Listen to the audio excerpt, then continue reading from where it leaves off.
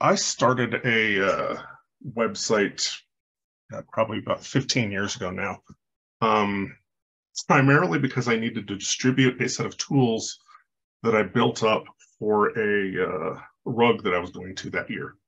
And those were my log management tools. And since then, I've been trolling the Remedy community, uh, paying attention to problems that customers were having in the community, and seeing if I could come up with a solution to that problem.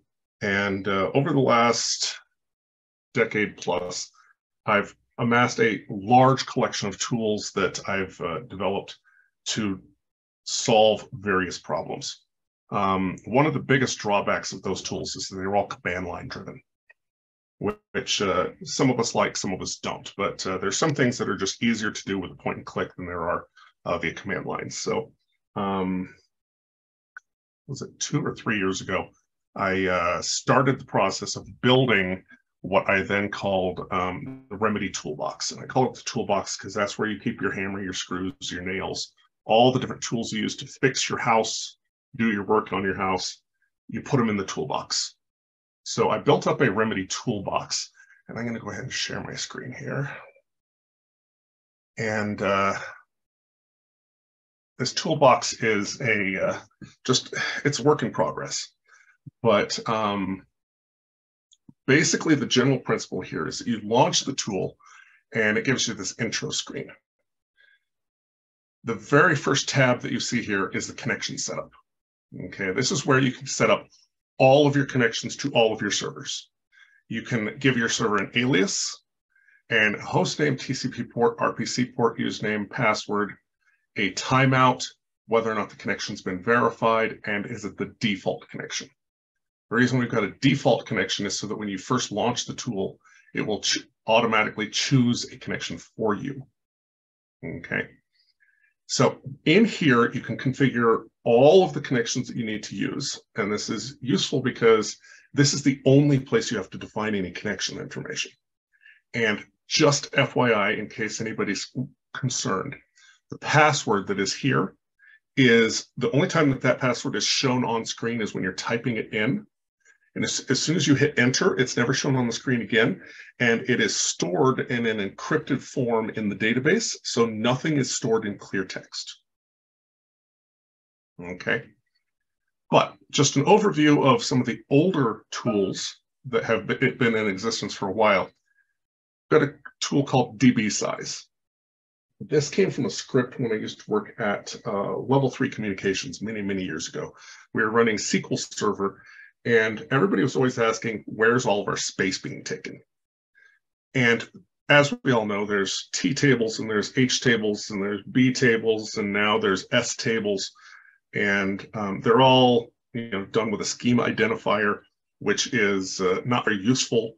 And then it's not possible via the database very easily to sum everything up to say this table is taking up this much space. So what this particular tool does is it goes out to the database and it says, hey, give me your counts of all of your tables. Well, first off, it goes into the AR schema table and it says, give me a list of all the forms. And then it says, okay, I've got T, I've got B, I've got H, I've got S, and it then does a count on all of those forms. It then populates this table with those counts. So this is my own test database, which of course is empty. But you can see I've got a form RDA deployment package details. It's taking a total of 628 meg of size. There's 0 data records. The only thing that's in here is actually attachments. Okay.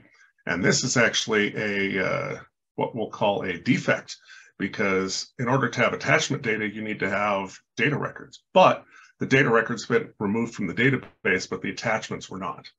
Okay, so I'm taking 628 meg in my database that nobody has any ability to access, which of course is negative. But what this allows you to do is it allows you to very quickly and easily see the size of your tables, the number of records in those tables, and you can do simple things like you can right-click on it and you can say show form details. and that'll pop something up that can take a little bit of time to pull up, but it'll give you information saying, hey, here's my table ID, here's my oldest and newest create date, my oldest and newest modify date. This is the part right here that can take a little bit of time to collect for the details. But it'll give you information to say, oh, is archiving working on this table? If I need to go to the database, can I grab the database ID so I know what table number it is? All that sort of stuff. And then, of course, you can export the results to a CSV file. But some of the tools in this toolbox have the capability of doing what I call instances. Okay, so I can actually pull up. So I can save my current instance, and it's now listed in here. And I can go back and take a look at what my database looked like in April of last year, or earlier today, if the database changed. So this is useful if you're doing archiving or you're looking for how, what tables are growing at what size over time. You can store instances, and it stores the entire table in here for quick and easy comparisons. Okay, escalations.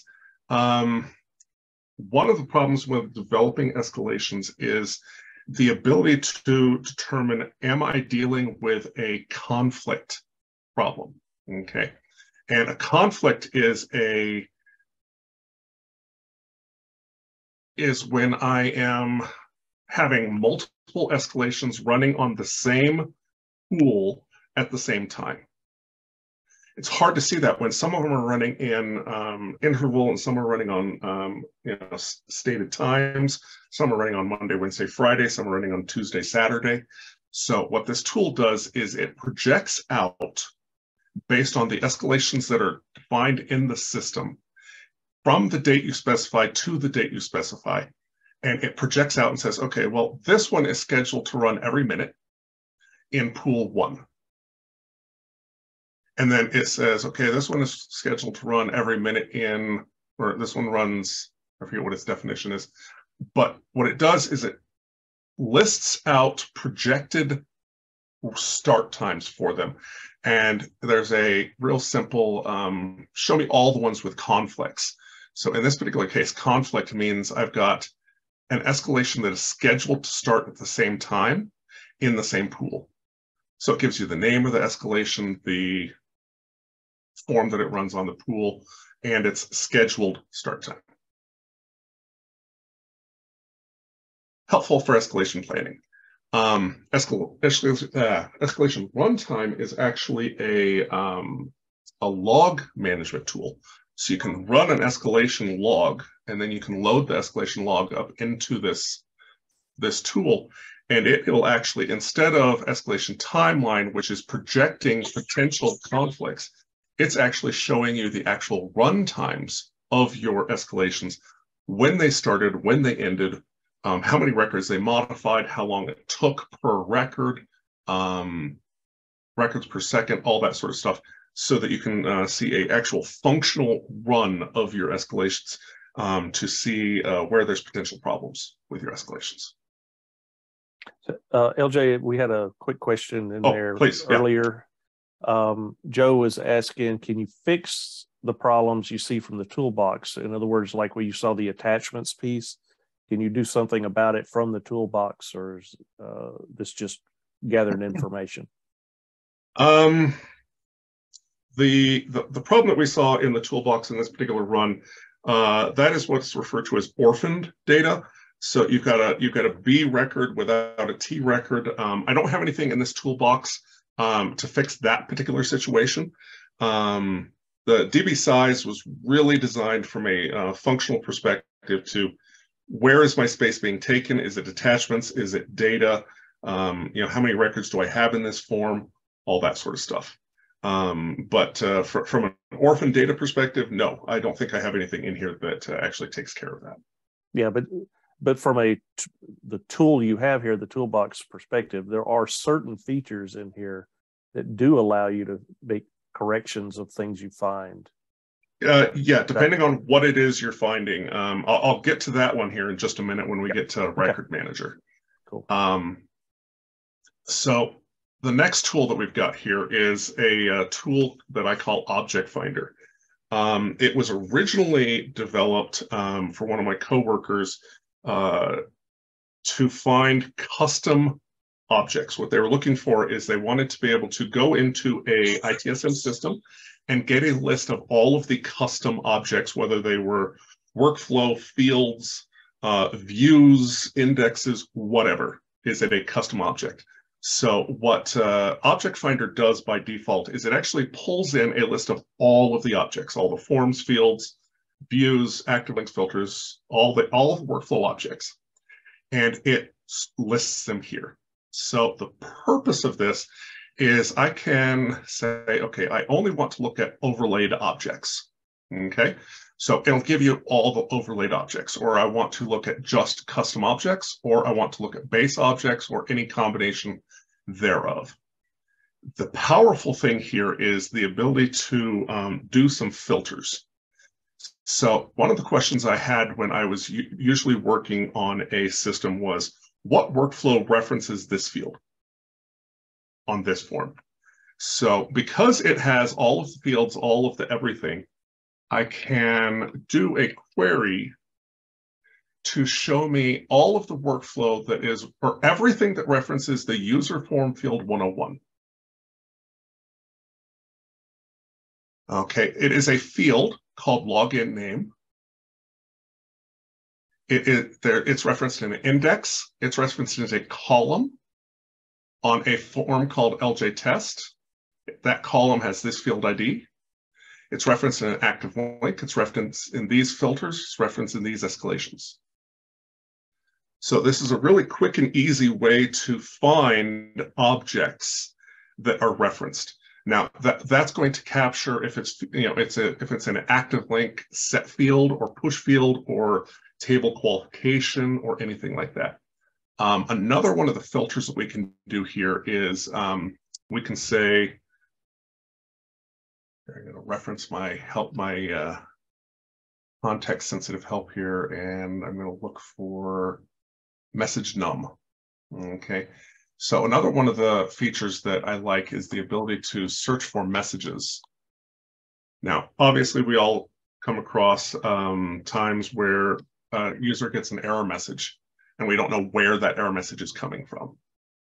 So the ability to search for message numbers and optionally even text that was in that message number, the starting text of that message number, to quickly find where that workflow is that has that particular message.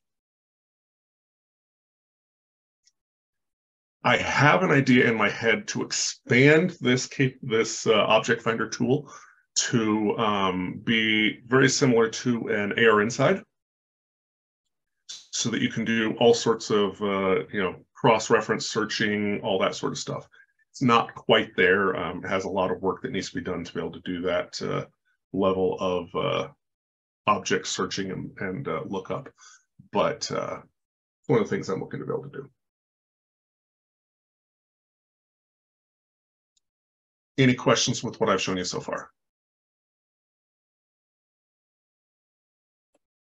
Yeah, LJ, I use that part right there to hunt certain message numbers, because BMC is really good at having different message numbers within their own custom pieces for things. Generally. And I will admit, I have been poor at making new unique message numbers when I put in new messages, but this functionality is causing me to rethink that a little more when I'm building in new message notifications to build that. So yeah, and when you're dealing with that situation, a legacy system that doesn't have unique numbers, we all know the default number is 10,000. So you can literally just do this search message number 10,000 and come up with every piece of workflow. Now, obviously, all of these are base objects that we're looking at here. This stuff that BMC did. But if you're dealing with a custom system, you can obviously not be looking at base, and we can look at custom systems. And this will give you the information to say, oh, well, yeah, I need to go in and change the message number on this active link. Yeah. And Mark is asking, how do we get the toolbox? I know you're going to cover that towards the end. How to get yeah. So. The toolbox is out on my website. I'll point you all there at the end of it. Yep. Now I'm going to skip over. Go ahead. Hey, I just wanted to mention recently I'm working on a project where I'm merging two ITSM systems, and I use the export results in here to get a list of all the forms and the object type, which was huge. So I could tell if it was overlaid, base, custom, and also the fields, because we're going through the process of finding the collisions where both systems have different fields, but using the same ID. So this was great to get a spreadsheet of all forms and fields that we could review.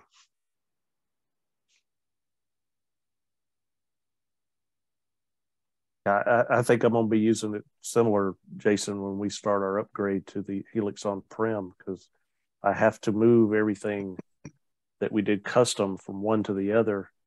And some of that I got to look at and determine, does that need to be there anymore? Yep, exactly. So. Yep, and that's exactly what we did. We turned it into a checklist of here's the things we need to review, and do we need it or can we leave it behind? Yep. Now these next two tools are revivals of old tools. Some of you that have been around for a while know the name Curtis Gallant. He was a Remedy consultant that was in the Remedy field for many years, and he wrote several tools that he published on his website. Curtis has moved on to other adventures, and his website is down. And I reached out to him a year and change ago, and I said, hey, Curtis, there's lots of people still talking about your tools, but they're no longer available. Is there anything that we can do here? And he was phenomenal person. He gave me the source code to all of his tools, some of which I published on my website under his name, just so they were immediately available. Others I'm retooling to function in upgraded capacities in the new world. I'm going to skip over Record Manager for a second. I'm going to go look at String Converter. Okay, this tool originated as a tool that Curtis developed called Login Converter. And Login Converter was originally designed to say, I want to change, let's say, Jane Smith got married, and her new name is Jones. Okay, and it allows for the ability to say, I want to look in all forms, I want to look in all fields, or specific forms and specific fields. Okay, and I want to modify diary fields and status history fields. And I want to look for Jane.Smith in either an equal capacity, meaning I only want to look where the field equals this value, or I want to look for it where it is between quotes, either single or double. Within separators, I've got a list of separators that this is in, but things like less than, greater than, semicolons, colons, so on and so forth. I added the anywhere capability, and I'll tell you why I added that in a minute.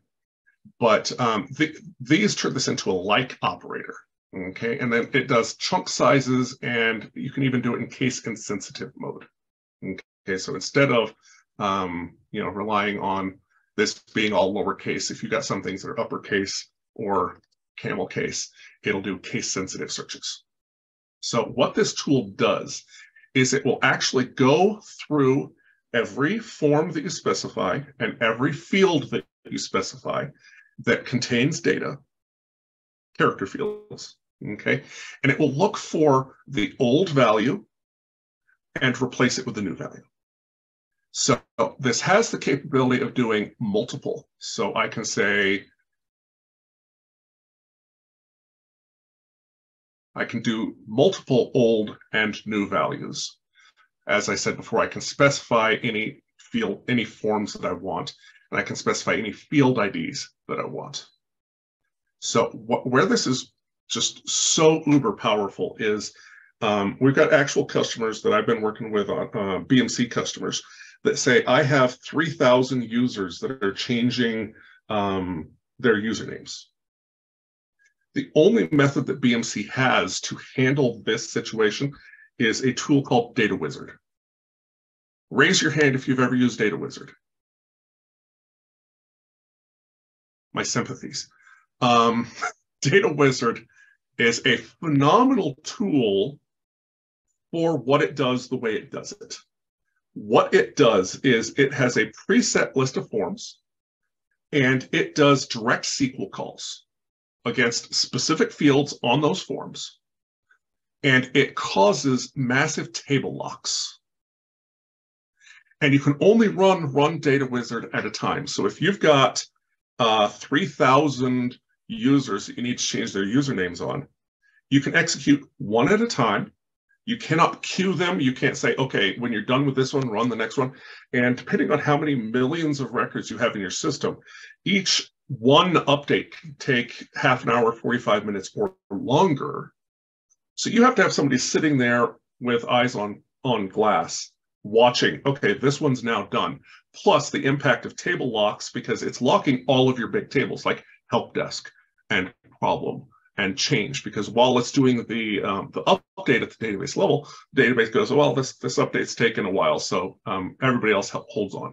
So BMC's recommendation is that this not be run during production hours because of the locking procedure of Data Wizard. So what this tool does that I absolutely love is it does it at the API level. So it issues all of the queries at the API level. It issues all the updates at the API level.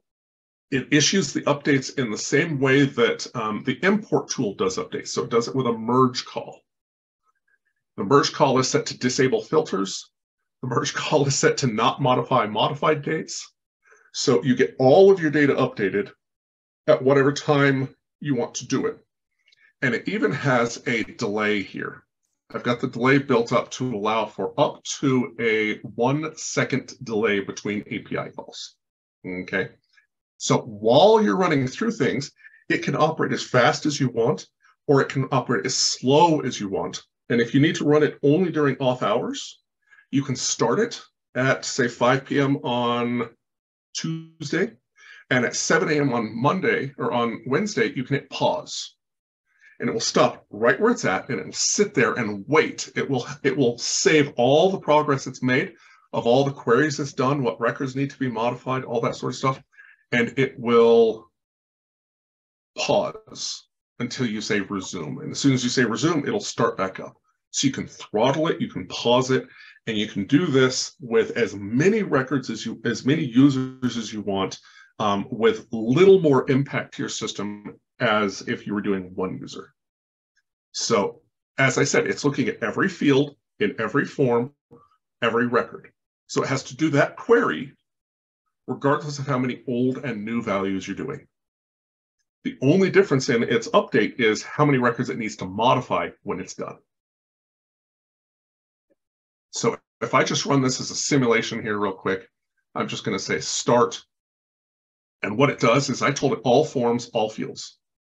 So it is collecting metadata on the forms. It grabbed all of the fields, all the records, or it grabbed all the field definitions. It's now doing a query of every form in my system to look for these Jane.Smith and old. And it's going through and it's just basically saying, let me look to see what I can find. And then once it's done, it's going to have a list of records that need to be updated. Of course, I'm running a simulation, so it's not actually going to do the update, but what it's going to do from a log detail perspective is it's going to tell me how many records need to be modified, and it's going to show me what the resultant value of those fields would be after it made the modification, if it had made the modification.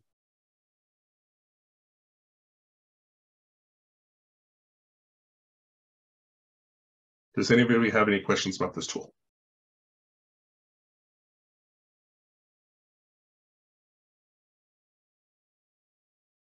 While I was running, I have a quick one.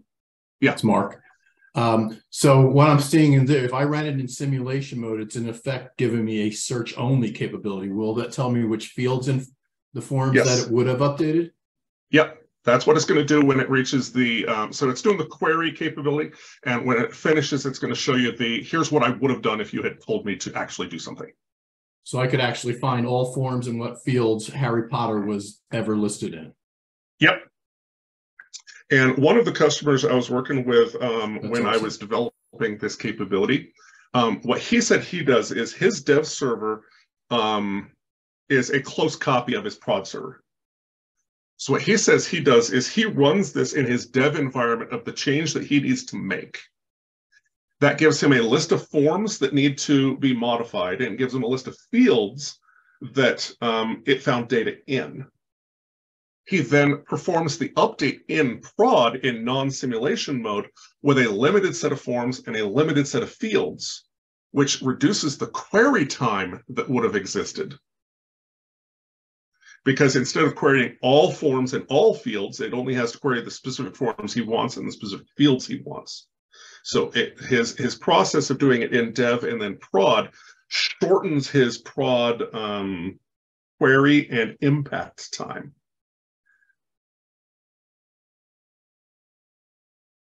So LJ Joe had a question. He said, what if it encounters an error, like the new value you're going to try to put in is too large for a field that it's trying to update? Well, obviously, AR server, because we're doing this at the API level, obviously the AR server will reject the new value, and it will report that error message in here.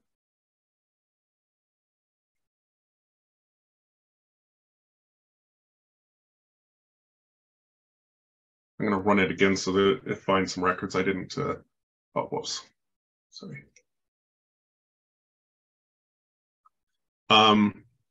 So obviously it'll throw an error. If there are timeout situations in which it's performing the query and it is unable to perform the query in the amount of time that it was allotted, it will increase the timeout and run the query again. It actually, I just implemented for one of the BMC's users a server down timeout. Because what was happening is their server, they would start it at, like, I'll just say 10 p.m. and they had server maintenance at, let's say, 1 a.m. Well, the process was running during the server outage, and when the server went down, the tool was previously just going, oh, server went down, end. So what this will now do is if it experiences a server outage, it will pause and it will retry for up to an hour at 1 minute increments to connect that server again. And if it's still unable to connect the server after an hour, it will stop. But this tool is designed to survive slow queries and server outages while it's processing, because the process of doing the query on every field, on every form, is very intensive. In this one particular user, it was taking 11 hours for the query process to process. The update of the user, they had one user that they were doing their initial test on. It took 2.5 seconds for it to modify the records. They did a 300 user test, and it took 2.5 minutes to do the update process. Both the one user and the 3 user took 11 hours to do the query. The only difference was the amount of time it took to do the updates. I said I was going to go back and talk about this anywhere feature. So let's say that you're wanting to replace all Roberts with Bob. Okay. If you're doing it with quotes or separators, that works just fine. But if you say, I want to replace all of the Rob with Bob, if you find a Robert, it'll change Robert into Bobbert, depending on what selections you have here. But I added the anywhere capability because BMC produced a tool called ARS Rename to support the backporting of AR servers from prod to dev, because there's all sorts of records, SRM comes to mind, that have server names hard-coded in the data of the record. Without the anywhere capability, the server name doesn't exist as an equal, and it doesn't exist between separators of quotes or, less than, greater than, or that, anything like that. So the anywhere capability allows you to do a server rename to say change from production environment to dev environment. And as pointed out by Mark, you can run it in simulation mode and say start, and it'll just give you a report like this. that shows you all of the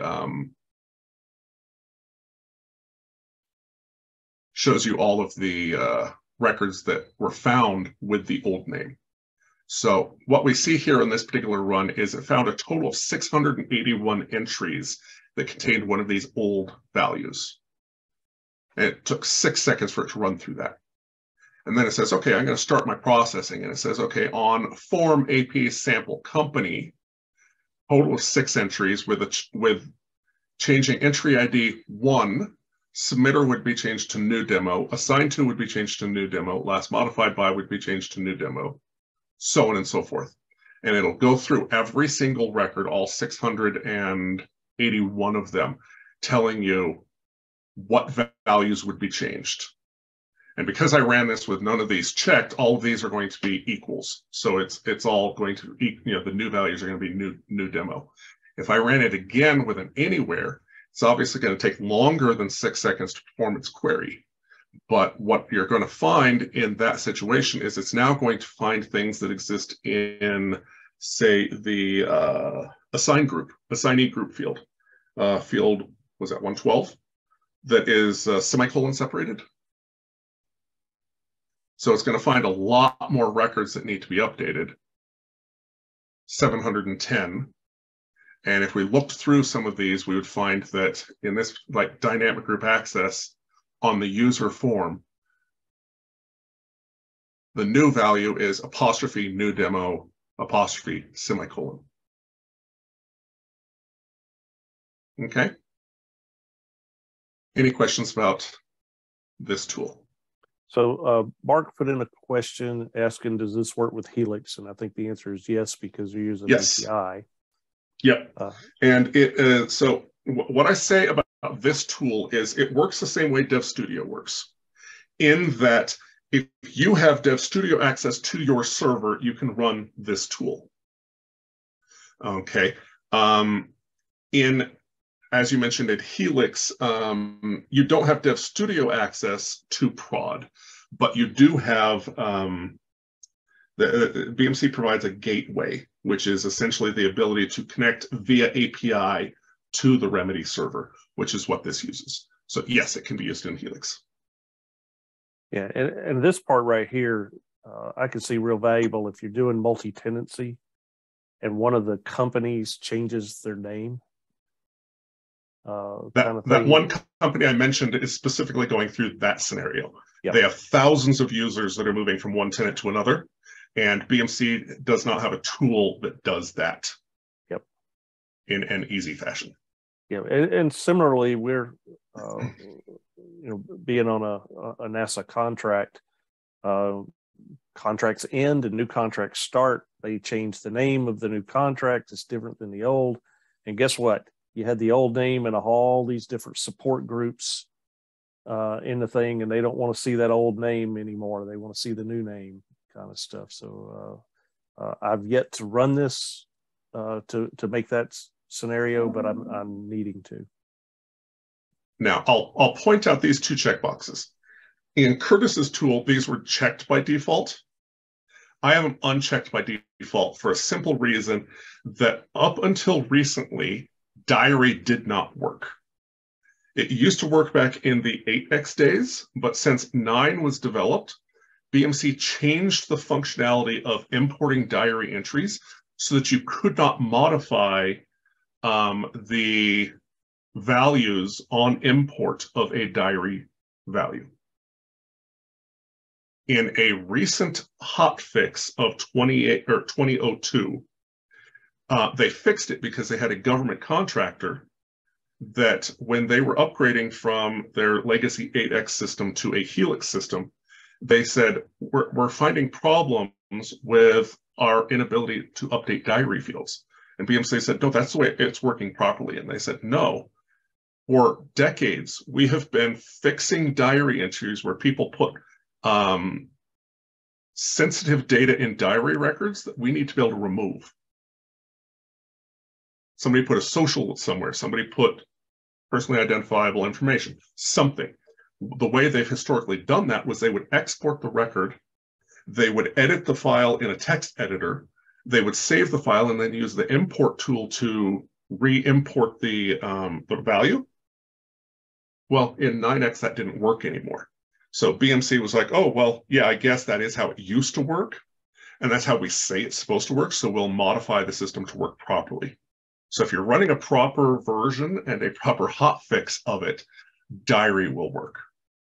I don't know whether or not status history will work or not. I have not found a specific instance to verify that. But I know that neither of them were working because of a server bug. So by default, I have them unchecked. So we got a couple of questions based on comments you made just a little bit ago about the Helix SAS environment. It says, yeah. If you can't run this against the Helix prod environment, how would this work? You can run it against prod. Okay. The things that you don't have access to in prod are admin accounts. Right. So this is not an admin level. This particular functionality is not an admin level functionality. Okay.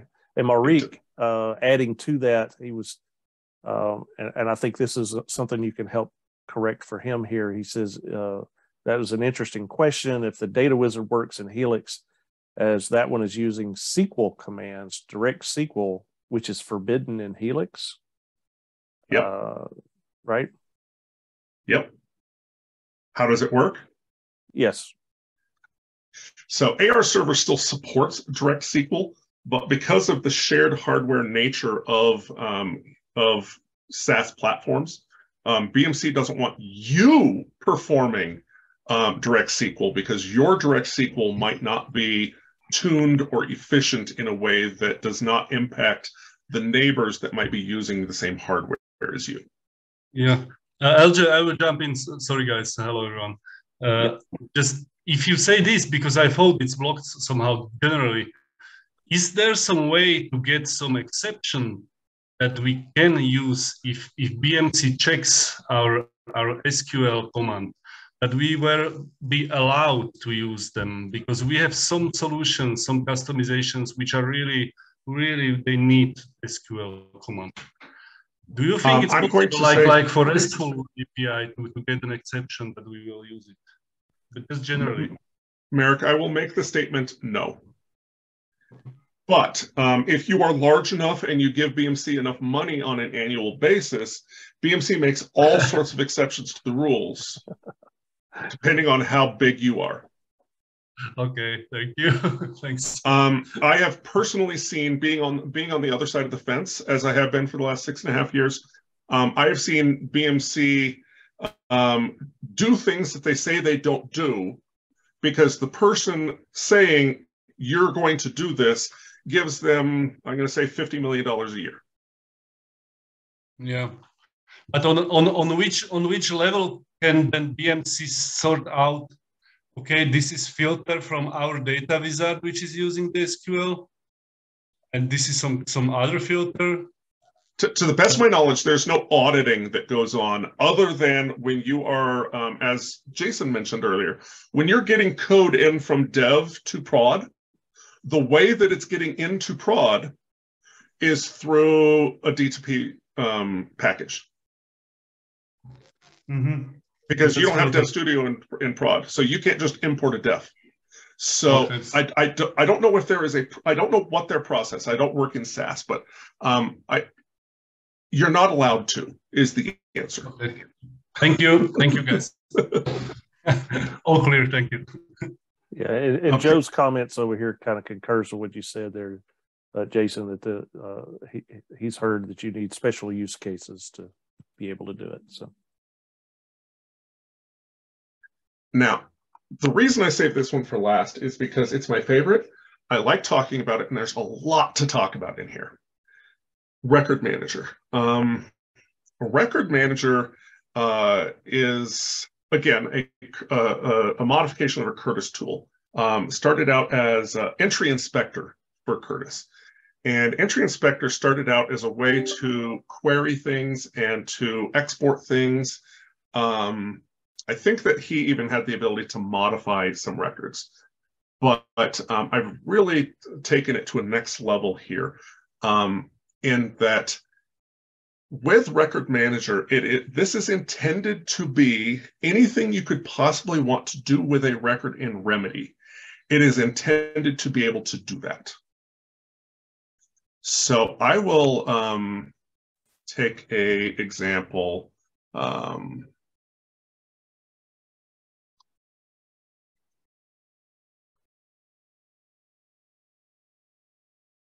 So this is a form I have on my system that just has, that I use to help troubleshoot this form. So you can say, I'm going to query or I'm going to create. You can choose which view you're going to use, and you can use display names. So this is the display names of these fields, or I can use the DB names of the fields for my qualification. These are DB names. So you can use this is similar to the user tool advanced search bar, and this is similar to what you would find in, say, a filter. Okay. It has all of the keyword support that you would have in your user tool and any fields that you need to query on. And you can build your qualification very similar to you did with the user tool. But one of the things here is it also does blank qualifications, regardless of whether your server allows blank qualifications or not. You can enter in the search criteria, and it will perform a search on the form. Okay. You can, again, set things up for limits. By default, it's unlimited, but you can set it up to say only pull back 30 records, and it'll only pull back 30 records. It'll tell you I pulled back 30 of 77, or I pulled back 77 records. Here's my result or my request ID, because I didn't specify what fields I wanted. So I can come in here and say, okay, well, I also need to see the modified date, and I want to see the digit character field, and I want to see, so you can specify what columns you want to specify in your display. Okay, you can also remove columns that you have added in there. You can say add all. You can say add all in view. So I'm looking at the default admin view, so that'll add everything that's in that view. I can export these records. I can export all of the rows. I can export selected rows. I can export all fields. I can export selected fields. I can export to ARX or CSV. All very useful things. Okay. One of the things I actually love on this is I can double click on this record. And now I'm looking at the record. The entire record, not just the fields that are visible on my UI. Okay. This is useful for display purposes, so I can see that back-end hidden field. Or instead of double clicking, if I right click on it, I can say modify. So instead of being a display, this is a modify action. So I can actually come in here and I can change things. I can add things. I can delete things. And I can hit save. Now, I can make save in 3 different ways.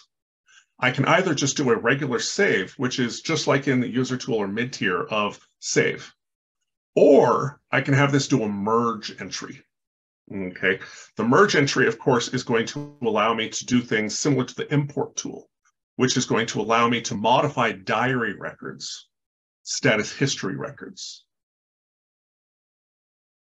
create dates, modify dates. All those things can be managed in a merge. I can check the boxes that say suppress filters, disable patterns, or bypass required. Same things you have in the import tool. Okay. I have the ability to say show display only fields. Why? Because sometimes you're dealing with a system that has a Z1D action field on it. This, of course, is a hidden read-only field that is used to trigger workflow. If I want to be able to set that field to a value that is not available via the UI to trigger that workflow, I can do that on any record in the system. Okay. I also have the capability of doing a service call. So hopefully all of you are familiar with service entries versus regular entries. So it's making a service call to the system which triggers these service filters. Okay, so if you've got workflow designed to fire on service that handles things in the background that doesn't require an actual entry, you have the ability of modifying an existing record via service call as well. Okay, back on this screen, I can right click and I can say copy to new. So this is saying on this record, instead of modifying the existing record, I want to say copy to new, which takes me back to the create, but I'm creating a new record. Again, I can do create, merge, and service on this create. So this allows me, similar to the user tool, of create new record as a copy to new. Okay.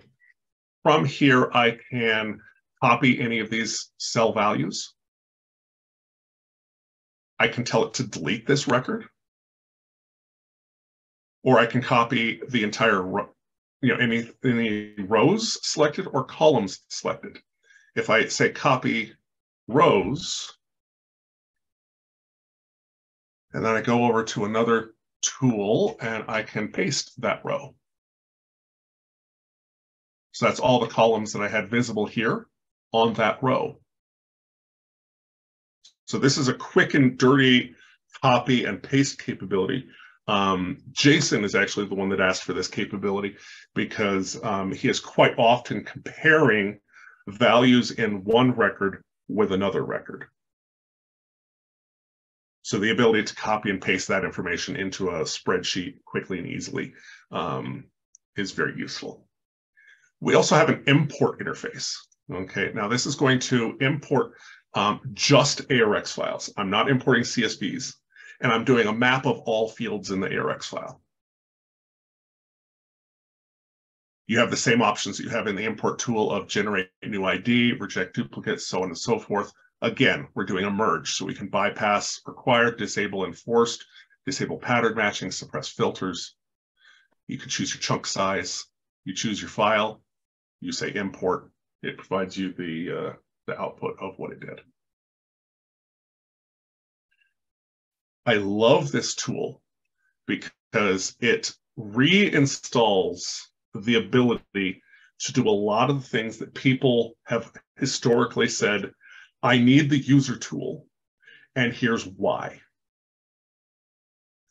All the reasons you have for I need the user tool, with one exception that I've come across, is I need the ability to fire active links when modifying a record. That's the only thing this doesn't do. So we had one request for you to add a feature to the export to export JSON. It wouldn't actually be all that difficult, but yeah. JSON.Miller, I like that. Hey.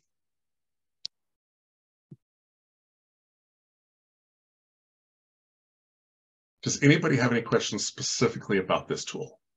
And Mark asked, could you save the record manager setup so it can be run repeatedly? No, that is one thing that has been asked of me. There's a list of features that, since this was released in November, that have been put out there. One of them is a saved searches capability that allows you to say, based on the form that I have selected, these are the recent searches that I've done. As you just said, via locale and all the various choices you have chosen. When I'm on this form, these are the fields I want visible. All of that stuff are not things that are currently capable, but things that people have asked for.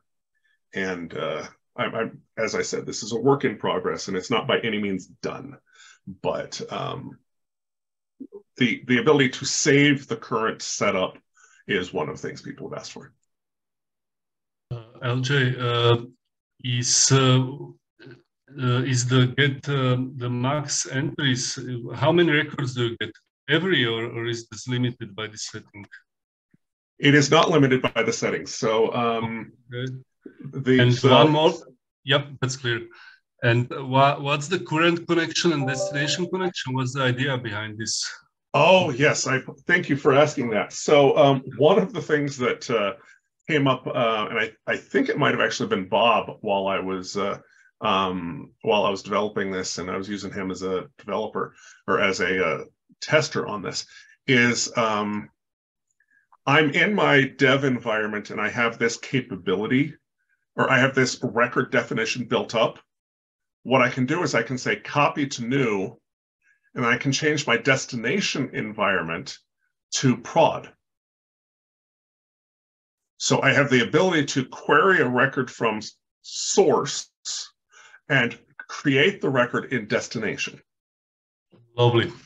And the destination does not have to be the same as the source. Thank you. So yeah, if you've got your connection set up and you've got access to dev and test and prod, and it's not just with the copy to new, it's also with the modify.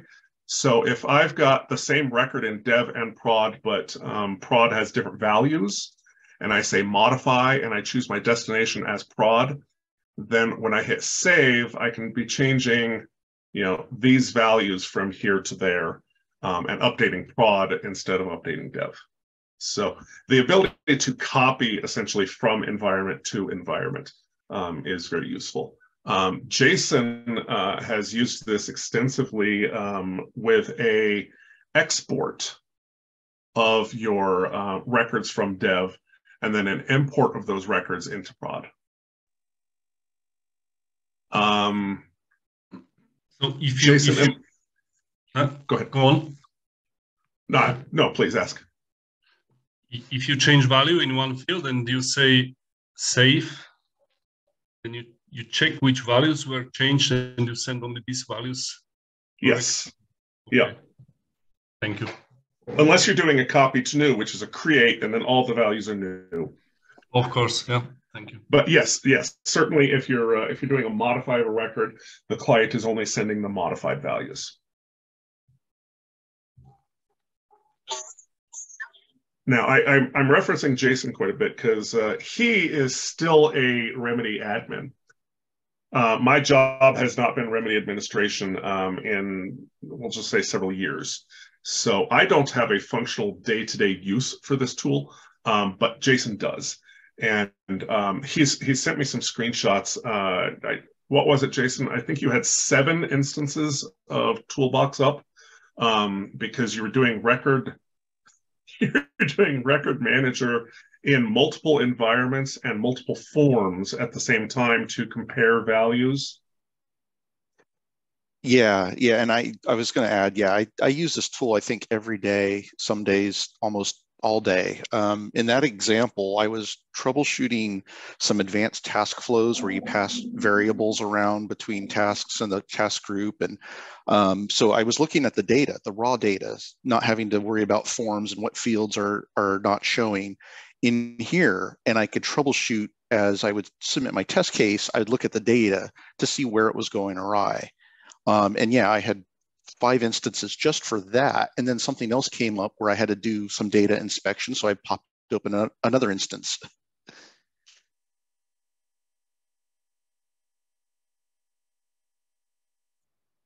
So a lot of the capabilities, I still work with a lot of people that work in Remedy on a daily basis. And I reach out to them to ask them, what sort of features are needed, what sort of capabilities are wanted.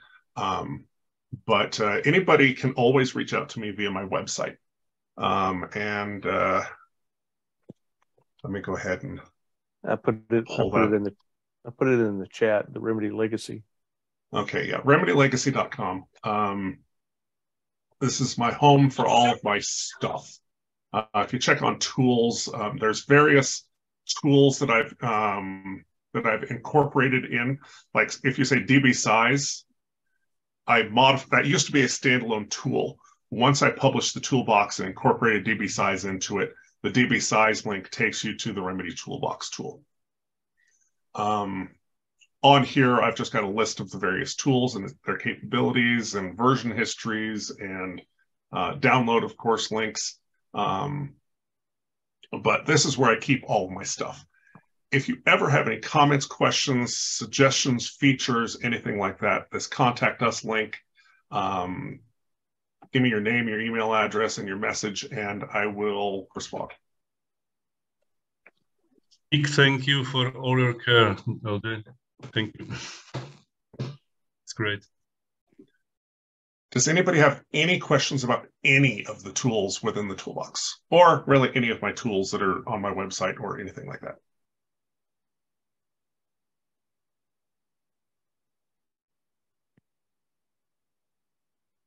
I was just going to add one thing about the record manager is this has helped me kind of break my habit of going straight to the database and running queries. Because that gives you the raw data view that it's just a pain to get out of the forms many times, especially ITSM forms. So with this, I've been able to mostly break that habit. And I come here to now look at the data and see what's, why some workflow didn't fire how I expected it to. And I also take quick ARX dumps of configuration data if I'm going to change a bunch of people profiles or categorization, I'd come in here and just make a quick dump of the ARX.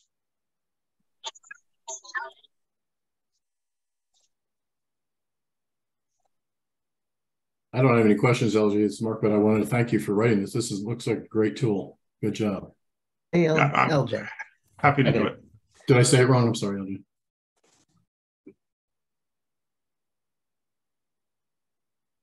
Somebody else have anything? Yeah. Yeah. Hey, LJ, I get a question. So is there a tool that you've created that when you run the data management wizard to change, say, someone's login name, they get married or something like that, right? So if you're in a server group, what I've come across is it would hang and the status would be of pending. But after 10 minutes, literally everything would change. The person's people record, the user record, and any support group associations and that sort of thing. So I've come across where, because it would lock and put that DLD lock on and it doesn't release that. So I think what happens is there's a form called user cache that I think when a user's record gets added to it or modified, it adds that record to the user cache form as well. So if in the background, sometimes there is an error, a unique index error, and I find it. So my solution is I have to go to the user cache and delete the user record there, and then rerun an error signal on all the servers in the server group. And then I am able to update the people record with, say, a middle name or a new title name or something. But it's like I've got to go to 3 places in order to complete the function of the data wizard. You know what I mean? Yes. So user cache is a copy of the user table, but it's not the user table. And as you said, it is stored in the memory of each of the AR servers. So because it's not a Remedy form, there's no access to it through the API. Gotcha. Okay. Now, one thing I have thought about doing in the past, but I've never actually done, is to create a view form on top of the user cache, which would then give me AR access to user cache to do things that I want to do to the AR cache outside of inside Remedy, as opposed to having to go to my database client. So if you were to create a view form pointing to the user cache, you would then be able to use this tool to clear the user cache record. Yeah. Theory. And maybe have it process the AR signal between all the servers in the server group as well.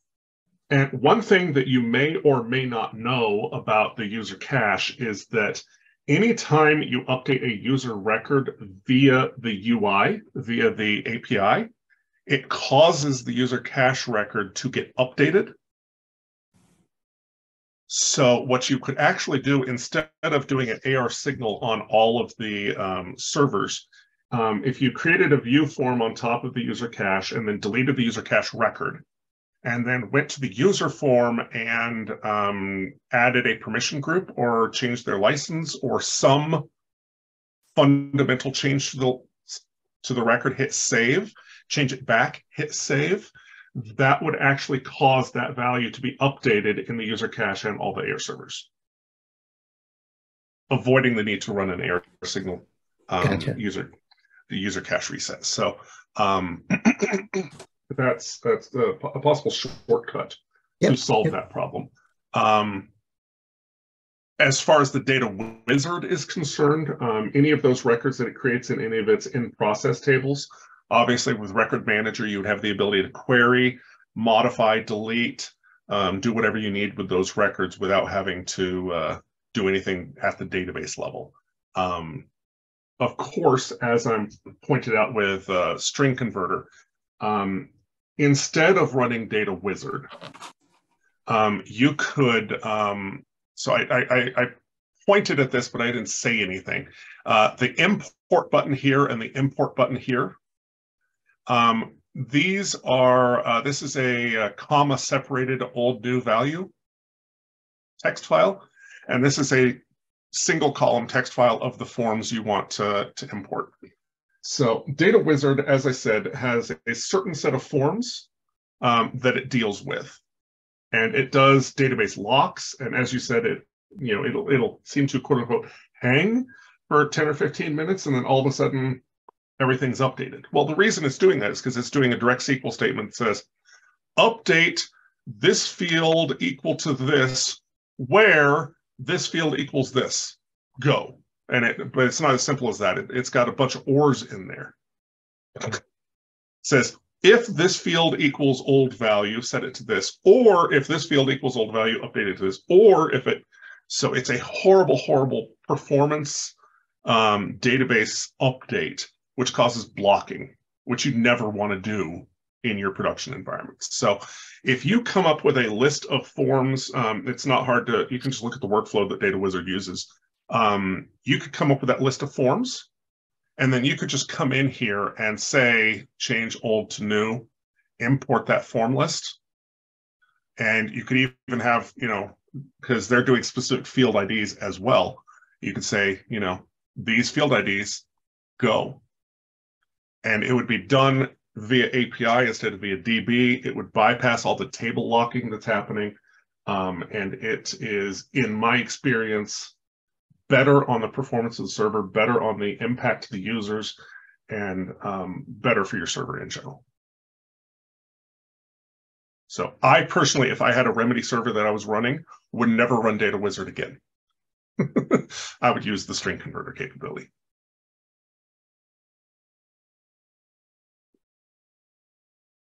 That's me personally. Cool. Thanks.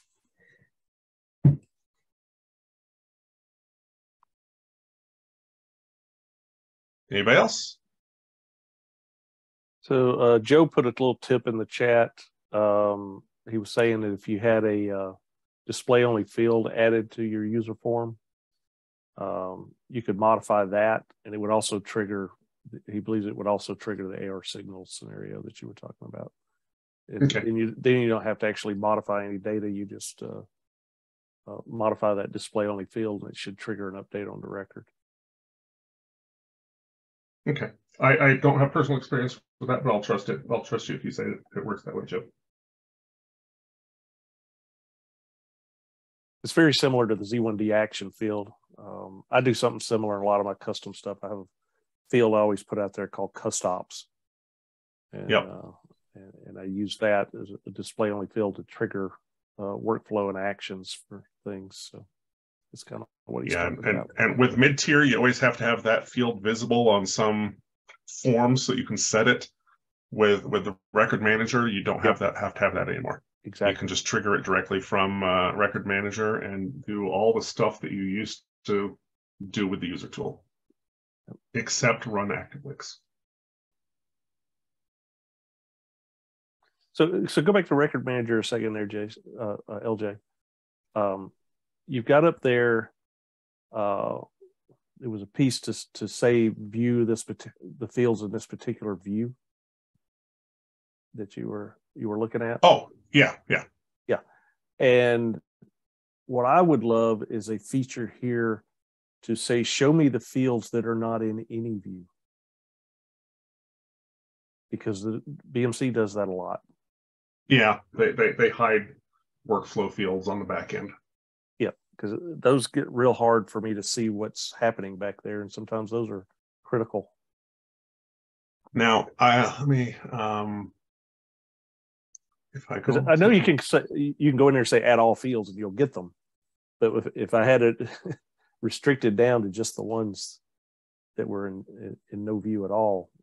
Yeah, I was just trying to think if there was a way to, because I know the field label I have is based on the view that you have selected. So if you're dealing with an international system that has multiple locales, or you're dealing with multiple views that have different labels for the same fields, the view that you have selected here is the labels that you're seeing here.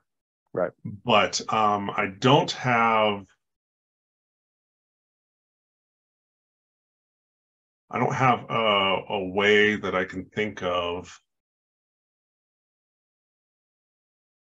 Yeah, I can't think of a way to show you this field is not in a view in none of the tools that I have here. I don't think I have that capability. You'll figure it out. Yeah, it's not that not that I couldn't do it. I'm just trying to think, do I have a way to currently show that with the way it sits? Right. And I don't think I do.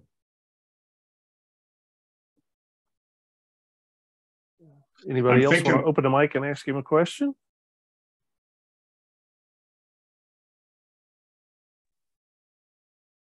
I'm trying to think if Object Finder, an extension to Object Finder when you're looking at a field to say, in these views or something like that, or not in any view, if that would be a useful attribute that I could put in there. I would find it useful. I'll think about it. Yeah. Because to me, I've got fields that I've added to the incident form, right, in an overlay scenario. So, but then sometimes that field becomes not useful anymore. But I don't want to lose the behind the scenes data, so I make a copy of the view so that I don't lose it, and then I take it off of the primary view that it was on, and that way I don't ever lose the data. But being able to come back as we move to Helix on-prem and say, yeah, this field's still there, but we don't actually display it in the primary view anymore, would be very useful. So, yeah, I can totally see that being useful. Similar to Dev Studio's fields not in this view, fields not in any view. Yeah, exactly. I can totally see that. Yeah, but I can see that very useful in your Record Manager. Show me the ones that are not in a view, so I can see the data that's back there and figure out what's going on. One thing I didn't point out before is the ability to display multiple records side by side, as well as modify multiple records side by side. And if you are looking at this and you say, oh, well, I didn't actually want to modify this one, you can uncheck it. And when you hit save, it won't save that one. One of the features that has been asked for is a modify all capability, which I don't currently have, which would be similar to the user tool or mid-tiers modify all, which would say modify every request that I had highlighted, but only set this value. That's another. For those of you that are on Helix. Is the modify all still available in the progressive web app view world? Can't imagine it's not. I haven't heard of that being removed, but I'm not in every meeting by any means. Yeah, I mean, I don't have an environment yet, so I can't figure out on my own. That's what I was asking. Yeah, I think it's still there. Although, if somebody has alternate information, please. Okay.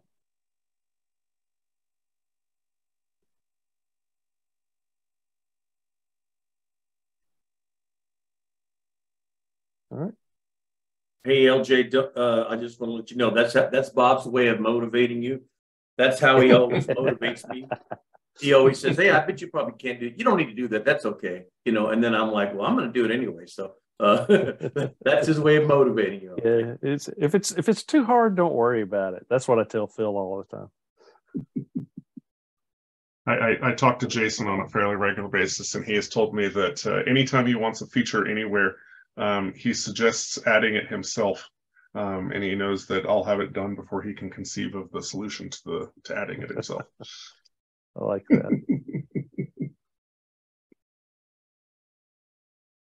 All right. Awesome. Thanks for your time, guys. No, thank you, LJ. That's a great job today, and I appreciate everybody that came and joined us today. Phil will be saving the video and adding it to his site, so you can come back and remind yourself of all the fancy things LJ did, or all the D2P stuff that Jason did out there. So I appreciate it. And next meeting coming up, again, save the date, is let me get back to sharing. I'll get back that back up. The next one is in May 25th, 5 p.m. Central. Again, I need some presentations. Please reach out to us.